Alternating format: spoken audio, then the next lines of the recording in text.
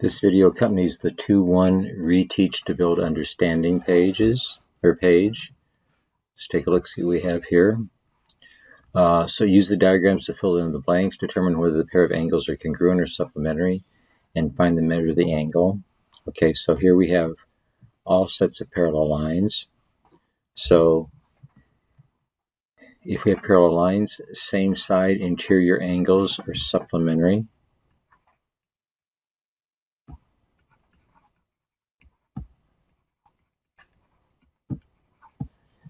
If you have parallel lines, alternate interior angles are congruent.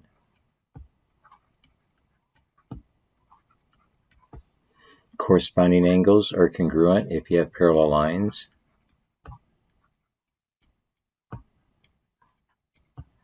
And alternate exterior angles are congruent if you have parallel lines.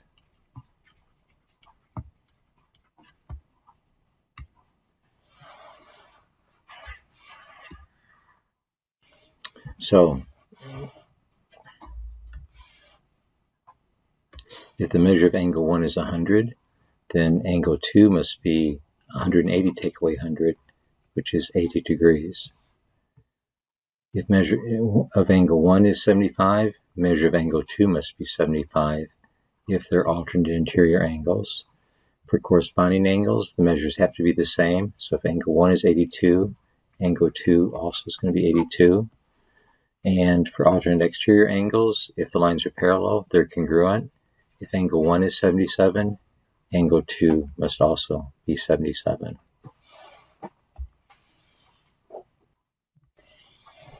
Let's move on up. Okay, let's look at number 2. A student said that the measure of angle 1 is 80 degrees. What error did they make? Well, these lines are marked as parallel. So these alternate interior angles have to be congruent. So if this angle is 100 degrees, angle 1 has to be 100 degrees. So the measure of angle 1 is 100. So he treated these like they were same side interior, but they're not same side interior. They are alternate interior. So alternate interior angles are congruent. So look at number 3. We want to prove this alternate interior exterior angles theorem.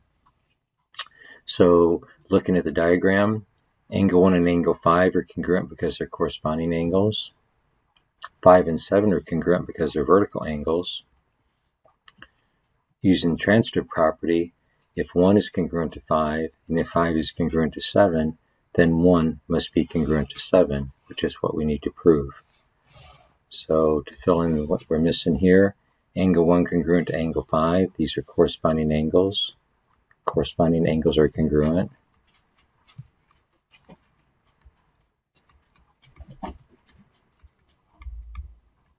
If lines are parallel, and it's shown that these lines are parallel, so I got corresponding angles congruent.